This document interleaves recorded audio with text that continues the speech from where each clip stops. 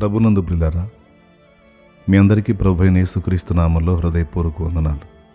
ప్రార్థనా విజయాల ద్వారా మీరు పొందుతున్న ఆత్మీయ మేలన్నిటిని బట్టి దేవుణ్ణి స్తుతిస్తున్నాను. ప్రార్థనా జీవితంలో మీరు ప్రోత్సహించబడాలని, దేవునికి సమీపంగా వెళ్ళాలని, ప్రతిరోజు కొంత సమయం దేవునితో మీరు గడపాలని, శరీర సంబంధమైన మరియు ఆత్మ సంబంధమైన అన్ని సంగతుల కోసం దేవుణ్ణి గోజాడాలని, ప్రార్థన ద్వారా ప్రభు మీద ఆధారపడేటట్టు మిమ్మల్ని ప్రోత్సహించాలనే నా ప్రయత్నాన్ని నా దేవుడు సఫలం చేస్తూ వస్తున్నాడు. ప్రభువుకే మహిమ కలుగునుగాక. మీరు కూడా మీ కామెంట్స్ ద్వారా ఈ విషయాన్ని తెలియజేస్తున్నందుకు దేవునికి స్తుతి చెల్లిస్తున్నాను. అలాగే కొంతమంది కామెంట్స్లో ప్రేయర్ రిక్వెస్ట్లు పెడతా ఉన్నారు. వాటి కోసం కూడా తప్పకుండా ప్రార్థన చేస్తాను. అలాగే ప్రార్థన నా ఆత్మీయ బిడ్డలు కూడా చేస్తారు. అంతేకాకుండా ఇంకా ఇది వింటున్న వాళ్ళు మీ జీవితాల్లో కూడా మీరు ప్రార్థించినప్పుడు దేవుడు జరిగించినటువంటి కార్యాలు ఉన్నట్లయితే తప్పకుండా నాకు తెలియజేయండి. నేను అది మీరు ఫోన్ ద్వారా తెలియజేసినా పర్వాలేదు, లేదా వ్రాతమూలంగా పంపించినా పర్వాలేదు, వాయిస్ మెసేజ్ పంపించినా పర్వాలేదు. ఇది అందరూ వినదగ్గది, ఇది స్పష్టత ఉంది అంటే తప్పకుండా నేను మాట్లాడటం జరుగుతుంది. ఈరోజు ప్రార్థన కొరకు మీకు ప్రోత్సాహంగా దేవుడు జరిగించినటువంటి గొప్ప కార్యాన్ని, ఒక ప్రార్థన విజయాన్ని మీతో పంచుకోవటానికి ఇష్టపడుతున్నాను. ప్రకాశం జిల్లా కారంచేడు మండలం దగ్గుబాడు గ్రామానికి చెందినటువంటి రాధారాణి అనేటువంటి సహోదరి పంచుకున్న విషయం ఇది. ఈ సోదరి గురించి కొన్ని విషయాలు మీతో పంచుకోవాలి. వాస్తవంగా ఆమె ప్రారంభం నుండి యేసు ప్రభుని ఎరిగిన వ్యక్తి కాదు. మధ్యలో ప్రభువుని తెలుసుకుంది. వాళ్ళ దేవతని ఆరాధించే క్రమంలో ఈమె ఒక ప్రత్యేకమైన పూజారినిగా, అంటే అందులో అంటారన్నమాట గణాచారి అని, అంటే ఏ దేవతని వాళ్ళు ఆరాధిస్తారో ఆ దేవత ఈమెకి పూనకం అయ్యేటువంటి వ్యవహారం జరిగేది. అంటే అంత భక్తి, అలాంటి క్రమంలో ఉన్నటువంటి వ్యక్తి ఈమె. అలాగే ఆ దేవర అనేటువంటి ఆమెకి ఆరాధించేటప్పుడు విచిత్ర వేషధారణ కూడా చేస్తారు. సోదరి అప్పటి కాలపు ఫోటోను కూడా మనకి ఇవ్వటం జరిగింది. ఇది ఆచారాల్లో ఒకటి. ఆ దేవరికి ఆరాధన చేసేటప్పుడు మగవాళ్ళు స్త్రీలాగా వేషం మార్చుకోవాలి, స్త్రీలు పురుషుల్లాగా వేషం మార్చుకోవాలి. అలా వేషాలు మార్చుకుని, దాన్ని పాప వేషం అంటారు, అలా వేషాలు మార్చుకొని ఆ జాతరలో నృత్యం చేయటం, నాట్యం చేయటం, లేకపోతే ఆ సమూహం వెంబడబడి వెళ్ళటం, అది ఆ కొలుపులు, ఆ జాతరలు జరిగేటప్పుడు తప్పకుండా అందరూ చేయాల్సినటువంటి విషయం అన్నమాట. మొక్కుకున్న వాళ్ళు చేయాల్సిన విషయం. అయితే బైబిల్ గ్రంథంలో చెప్పాడు, పురుషుడు స్త్రీ వేషం వేసుకొనకూడదు, స్త్రీ పురుష వేషం వేసుకొనకూడదు అని. కానీ ఇది తెలియదు. అదే నిజం అనుకొని లోకానుసారమైన క్రమంలో ఆ భక్తిలో అలా కొనసాగింది. ఆ దేవత ఎవరైతే తను మొక్కుతుందో ఆ దేవరు కూడా తన ఒంట్లోకి రావటం, తను ఆరాధన చేయటం, ఇదంతా తను చేసింది. తన కుటుంబం తను ఇలాగా బహు విగ్రహారాధనలో ఉండేటువంటి వాళ్ళు. అప్పటికి యేసు ప్రభువుని గురించి ఆమెకేం తెలియదు. 2015వ సంవత్సరంలో సోదరికి ఒక బిడ్డ పుట్టాడు. అది ఎట్లా అంటే నార్మల్ డెలివరీ కాదు, సర్జరీ చేసి బాబుని తీశారు. ఆ తర్వాత అమ్మాయి శరీరంలో కొన్ని బలహీనత కూడినటువంటి లక్షణాలు కనపడటం మొదలుపెట్టింది. రక్తపు వాంతులు, ఆ వీడియో కూడా మనకు పంపడం జరిగింది, మీరు చూడొచ్చు. బ్లడ్ వామిటింగ్స్ అన్నమాట అవటం, అలాగే ముక్కులో నుండి రక్తం కారడం, అలాగే మోషన్లో బ్లడ్, అలాగే పర్సనల్గా బ్లీడింగ్ సమస్య, ఇవన్నీ ఆ బిడ్డకి రావటం జరిగింది. బ్లడ్ ఏంది ఎలా వెళ్తుంది అని సహజంగా ఎవరికైనా భయం కదా. ఒంగోలులో పరీక్ష చేయించుకున్నప్పుడు ఆ సోదరికి చెప్పిన విషయం ఏంటంటే గర్భసంచి ఇన్ఫెక్షన్ అని ఏం ఇబ్బంది ఏం లేదులే, కిడ్నీలో కూడా రాళ్ళు ఉన్నాయి అని తనకున్న సమస్య ఒకటైతే వాళ్ళు వేరే సమాచారం చెప్పారు. ఏవేవో చెప్పి చాలా రిపోర్ట్లు ఇచ్చారు. పాపం 2 సంవత్సరాలు జబ్బేందో అర్థం కాక, సమస్య పరిష్కారం కాక హాస్పిటల్ చుట్టూ తిరిగారు 2 సంవత్సరాలు. ఈ బిడ్డ ఇలాగా రోజు రోజుకి దిగజారిపోతా చావుకు సమీపం అవుతున్న స్థితిలో కుటుంబ సభ్యులు కూడా భయపడి, ఇటుపక్క వైద్యం, మరో పక్కన మరి భక్తి, మరి ఆరాధించేవి ఉన్నాయి కాబట్టి మొక్కులు మొక్కటం, పూజలు చేయటం, ఏదో పాపం వాళ్ళ బాధలన్నీ వాళ్ళు పడ్డారు. కానీ ఎన్ని పడ్డా ఈ బిడ్డ పరిస్థితి మార్పు రాలేదు. కానీ నాకు ఒక ఆశ్చర్యం ఏంటంటే అండి, ఒక విశ్వాసం ఎంత గొప్పదే అనిపిస్తుంది.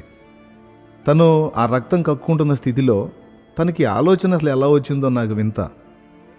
ఎందుకంటే అప్పటికి యేసయ్యను ఎరగలేదు ఆమె.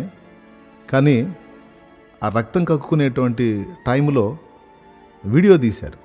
నేను లాస్ట్ టైం పోయిన వారంలో చెప్పినటువంటి దానిలో కూడా వాళ్ళు అసలు ఎంత విశ్వాసం కనపరిచారంటే, అప్పుడు కూడా ఒక చెల్లి గురించి చెప్పాను నేను. ఆమె బలహీనతలన్నిటినీ, ఆ రకరకాల స్టేజెస్ని, రిపోర్ట్స్ని మొత్తాన్ని కూడా వాళ్ళు ఫోటోలు తీయటం, వీడియోస్ తీయటం, నిజంగా వాళ్ళ విశ్వాసం ఎంత గొప్పదో అనిపించింది నాకు.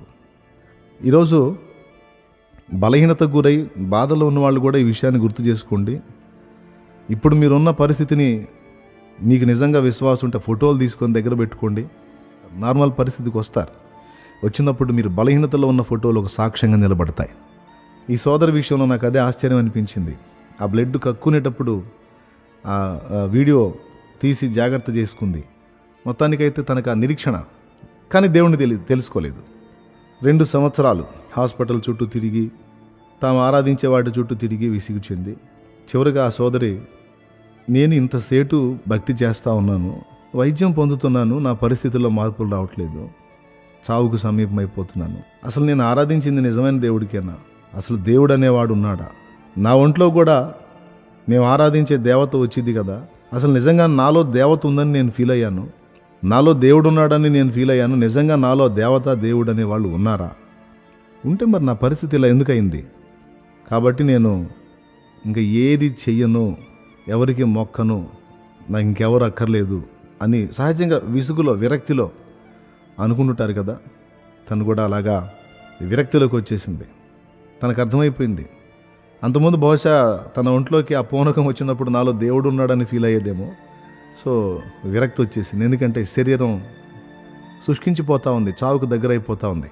ఓ రోజు ఫస్ట్ టైం శుక్రవారం రోజు ఊహించని రీతిలో తనకి ఆలోచన కలిగి, ఇన్ని తిరిగాను కదా, ఒకసారి చర్చికి వెళదామని సమీపంలో ఉన్న చర్చికి వెళ్ళి శుక్రవారం రోజు ప్రార్థన చేసుకుని వచ్చిందంట. ఆ ఒక్కసారి వెళ్ళింది, ఇంక మళ్ళీ వెళ్ళాల. ఏదో 4 రాళ్లతో పాటు ఇది ఒక రాయేద్దాం అన్నట్టుగా బహుశా ట్రై చేసి ఉండొచ్చు. ఆ ఒక్క పూట వెళ్ళొచ్చింది. తర్వాత ఇక అలానే మళ్ళీ 2 సంవత్సరాలు హాస్పిటల్ చుట్టూ తిరిగి విసుగు చెందారు. ఏ ప్రయోజనం లేదు. చివరికి ఆఖరి ప్రయత్నంగా చెన్నైకి తీసుకెళ్ళారు. అక్కడ తెలిసింది, ఒంగోలులో చెప్పినటువంటి సమస్యలు కాదు ఆమెకి. అక్కడ చెప్పారు వైద్యులు టెస్ట్ చేసి క్యాన్సర్ అని. ఇంకోటి ఏంటో తెలుసా, అప్పటికే లాస్ట్ స్టేజ్, 4th స్టేజ్. అలాగా ఆమెను అలానే పెట్టుకొని ఈ కుటుంబ సభ్యులు వేడుకొని, ఆ బిడ్డ వేడుకొని, మొత్తానికి వాళ్ళు ఇది 4th స్టేజీ, చేయగలిగింది ఏమీ లేదు, మీరు బాధపడుతున్నారు కనుక ట్రీట్మెంట్ ఇస్తామని ఓ 2 నెలలు అక్కడే పెట్టుకొని మరి రేడియేషన్ ట్రీట్మెంట్ ఇచ్చారట. తర్వాత బ్లడ్ ఎక్కించడం, ఇలా చేస్తూ చివరికి ఇంకా ఆపరేషన్ చేయాలి. ఎందుకంటే గడ్డలు కూడా ఆమె శరీరంలో కనబడుతూ ఉన్నాయి. బ్రెస్ట్ అండ్ స్టమక్, బ్రెస్ట్లో అలాగే కడుపులో కూడా గడ్డలు ఉన్నాయి. చూడండి, రక్తం కక్కుకుంటా ఉన్న ఒక బలహీనత, అలాగే గడ్డల సమస్య, అలాగే ముక్కులో నుంచి రక్తం గారటం, మోషన్కి వెళ్తే బ్లీడింగ్ సమస్య. ఒక ఆడపిల్లకి అన్ని వైపుల నుంచి బ్లడ్ వెళ్ళిపోతున్న పరిస్థితి. ఏదో మనం మాట్లాడుకుంటుంటే ఎలా ఉంది, కానీ ఆ బాధని అనుభవించిన ఆ బిడ్డ ఎంత అల్లాడిందో. ఈరోజు అలాంటి కండిషన్లో ఉండి అల్లాడుతున్న వాళ్ళు ఎంతమంది ఉన్నారు. చివరికి డాక్టర్లు ఏం చెప్పారంటే, మీ ఆపరేషన్ అవసరం చేయాలి, చేసి ఆ గడ్డలు తీయాలి, రక్తం అంతా చెడిపోయింది, ఆపరేషన్ చేసిన ప్రయోజనం లేదు. బ్రతకొచ్చు, లేకపోతే చేసేటప్పుడే చనిపోవచ్చు. మందులు వాడటానికి కూడా అవకాశం లేదమ్మా, ఎందుకంటే దీనికి ఏ మెడిసిన్ లేదు కాబట్టి చేయగలిగింది ఏం లేదు, ఇంటికి తీసుకెళ్ళండి అన్నారట. అంటే ఆపరేషన్ కూడా చేయలే, చేస్తే బతికిద్దో లేదో తెలియదు, చేసేటప్పుడే చచ్చిపోవచ్చు, అంత వీక్ అయి ఉంది అమ్మాయి, దాదాపు కష్టమే, ఇంటికి తీసుకెళ్ళిపోండి అని చెప్పారు. ఇంటికి తీసుకొచ్చారు. దేవునికి స్తోత్రం. ఇక దేవుని కార్యం చూడండి. మరి తన దీనస్థితి దేవుడు దర్శించాడు. ఒక రాత్రి ప్రభు ఆమెను దర్శించాడు. ఆయన స్వరం వినిపించాడు. ఆ స్వరం ఏం మాట్లాడుతున్నాడంటే 12 సంవత్సరాల నుండి రక్తస్రావంతో బాధపడిన స్త్రీని గురించి బైబిల్ గ్రంథంలో చెప్పినటువంటి విషయాన్ని ప్రస్తావించి, నువ్వు ఎదుర్కొంటున్నటువంటి ఈ సమస్య కూడా తప్పకుండా ఆగిపోతుంది. ముఖ్యంగా ఫస్ట్ బ్లీడింగ్ సమస్య ఆగిపోతుంది అని ఆయన స్వరం వినిపించాడు. అప్పుడు రాత్రి 2 గంటల సమయం. లేచి ప్రార్థన చేసుకొని పండుకుంది. నీ శరీరంలో నుండి రక్తం చుక్క కూడా రాదు, నేను నిజమైన దేవుణ్ణి, నన్ను పట్టుకొని నడు అని దేవుడు ఆమెతో మాట్లాడాడు. కొంతమంది నమ్మరు ఇట్లా మాట్లాడతాడా అని. అందుకే సాక్ష్యం కావాలి కదా. దేవుడు మాట్లాడాడు అనటానికి ఆమెకు వచ్చిన జవాబే సాక్ష్యం. దేవుడు మాట్లాడాడు.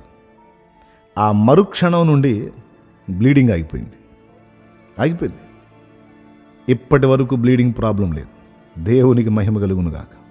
అసలు అంతకు ముందు కండిషన్ ఏంటంటే అమ్మాయి బెడ్ మీద ఉంటే ఈ అన్ని వైపుల నుంచి బ్లడ్ వెళ్ళిపోతుంది కదా, పాలిపోయి మరణ పడకలోకి వెళ్ళిపోయిన అమ్మాయిని అందరూ చూసి వెళ్తూ ఉన్నారు.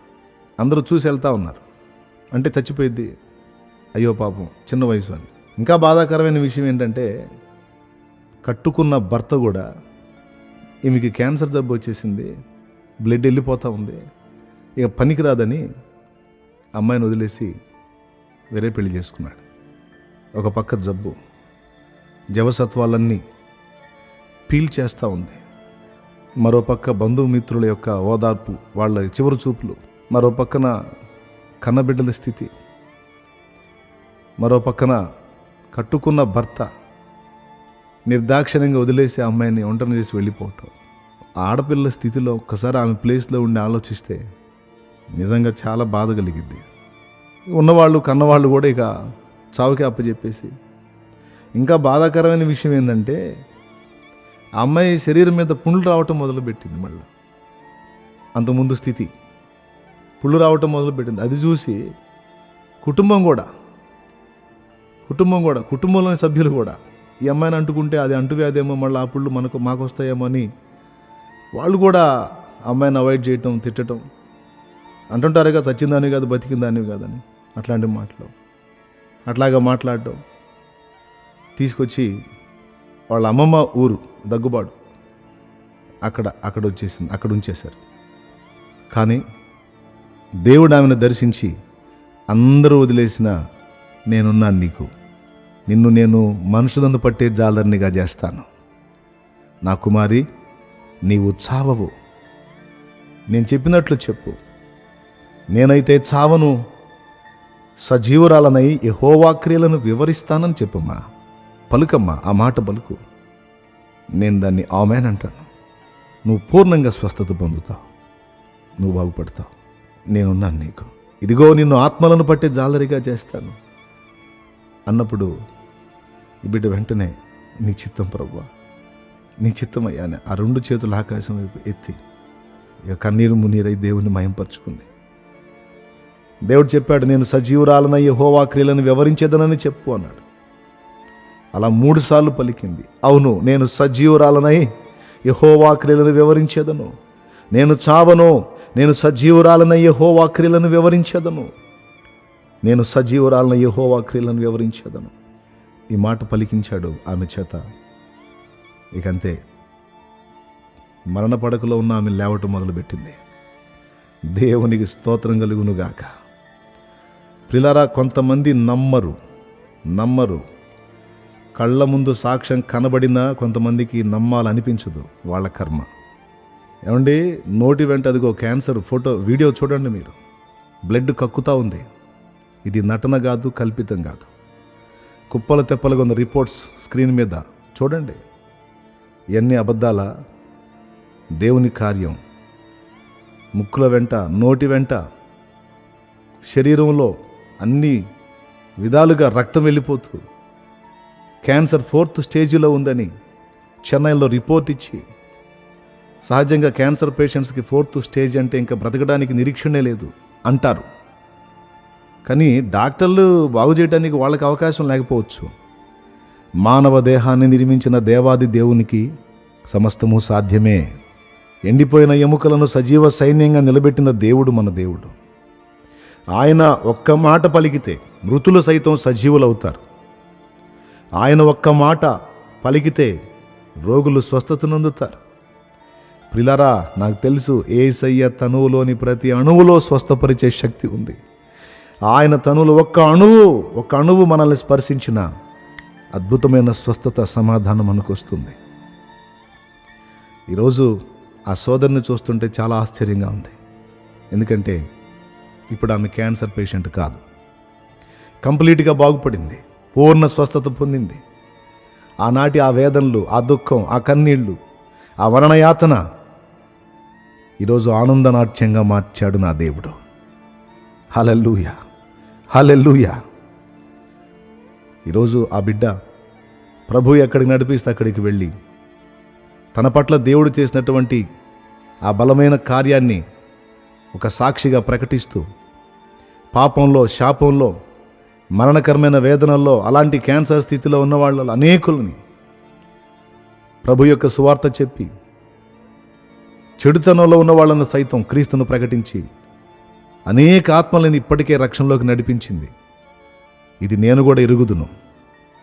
ఎన్నో జీవితాల్ని ప్రభావితం చేయగలిగింది దేవుని కృపతో. కొంతమంది బాగుపడతారండి, దేవుడు చేసినటువంటి మేలును పొందుతారు. కానీ మేలును పొంది వాళ్ళు దేవునితో ఉండరు, దేవుని కొరకు బ్రతకరు. దేవుని కార్యాలను పొందుకొని వాళ్ళు తమ కొరకు, తమ వారి కొరకు బ్రతుకుతారు. అఫ్కోర్స్ మనం మన కోసం, మన వారి కోసం ప్రయాసపడటం తప్పులేదు. కానీ చచ్చే స్థితిలో ఉన్న మనకి స్వస్థతనిచ్చి, జీవాన్నిచ్చి, తిరిగి బ్రతికించింది మనం మన ఆనందం కోసం బ్రతకడానికి కాదు, ఆయన చిత్తం నెరవేర్చడం కోసం బ్రతకాలి. ఏ పిలుపైతే చెల్లికి దేవుడిచ్చాడో ఆ పిలుపుని ఈరోజు అక్షరాల నెరవేరుస్తుంది. నేను మనుషుల్ని పట్టు జాలరిగా చేస్తాను, ఎన్నో జీవితాలు నీ ద్వారా ప్రకటింపజేసి వెలిగిస్తానని దేవుడు పలికించినటువంటి ఆ మాటల్ని ఆమె పట్ల నెరవేర్చాడు. ఆమె కూడా దేవునికి విధేయత చూపింది. తన బిడ్డలు పెట్టుకొని అలానే బ్రతుకుతూ భర్త వదిలేసి వేరే మార్గానికి వెళ్ళిపోయాడు. ఇప్పుడు నా అన్నవాళ్ళు ఎవరు పట్టించుకునే పరిస్థితి లేని స్థితిలో ఉండి కూడా దేవుడే సమస్తమై పోషిస్తూ, నడిపిస్తూ, ఆ బిడ్డను ఆదరిస్తూ ఆయన కృపతో నడిపిస్తూ ఉన్నాడు. అదిగో ఆ జబ్బుతో ఉన్న ఆ పరిస్థితిని మీరు చూశారు. అంతకుముందు విగ్రహ స్థితిలో ఉన్నప్పుడు ఉన్న ఫోటోని మీరు చూశారు. ఇదిగో ఇప్పుడు ఈ ఫోటో కూడా చూడండి. దేవుని మహాకృపతో దేవుని పాత్రై ఆయన కొరకు వాడబడతా ఉంది. బైబిల్ గ్రంథంలో 38 సంవత్సరాలు జబ్బుతో బాధపడుతున్న వాడిని ప్రభు స్వస్థపరిచినప్పుడు అతడు ఎక్కడికి వెళ్ళాడు? ప్రభుకి ఎక్కడ కనపడ్డాడు? ఒక వ్యక్తిని బాగు చేయటమే కాదు, ప్రభు బాగు చేసిన తర్వాత ఈ వ్యక్తి ఏం చేస్తున్నాడు, ఎక్కడున్నాడు అనేది కూడా కనిపెడతాడు.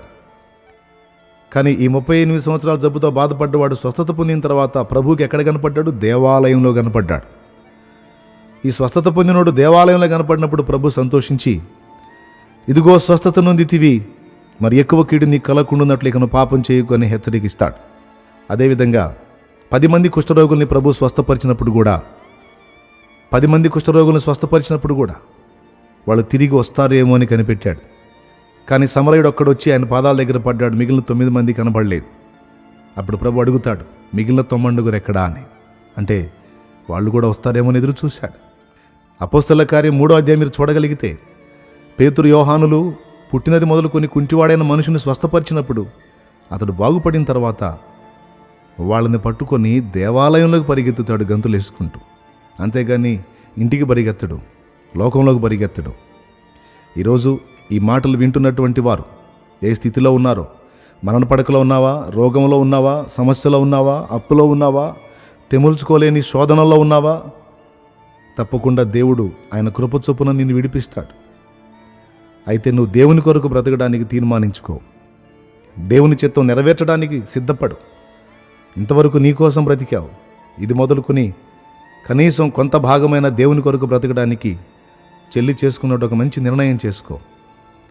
నా ప్రభు చిత్తమైతే, నా దేవునికి ఇష్టమైతే, ఆమె ఎందుకు కృప చూపిన దేవుడు నీ యందు కూడా కనికరపడి తప్పకుండా నిన్ను కూడా ముట్టి బాగు చేస్తాడు. బాగు చేయడని ఎవడు చెప్పగలడు? ఆయన ముట్టడని, నిన్ను స్వస్థపరచడని ఎవడు చెప్పగలడు? కాబట్టి విశ్వాసం ఉంచి దేవుని వైపు చూడండి. మీరు ఎట్టి పరిస్థితుల్లో ఉన్నా, అది ఎంతటి వేదనైనా నిశ్చయంగా దాని నుండి నిన్ను విడిపించి కాపాడుటకు నా దేవునికి శక్తి కలదు. అవి భౌతికమైనవైనా ఆత్మ సంబంధమైనవైనా సమస్తమునకు సమాధానం ఇవ్వగల శక్తి నా యేసులో ఉంది. కాబట్టి ఆయన యందు విశ్వాసం ఉంచి ధైర్యం తెచ్చుకోండి.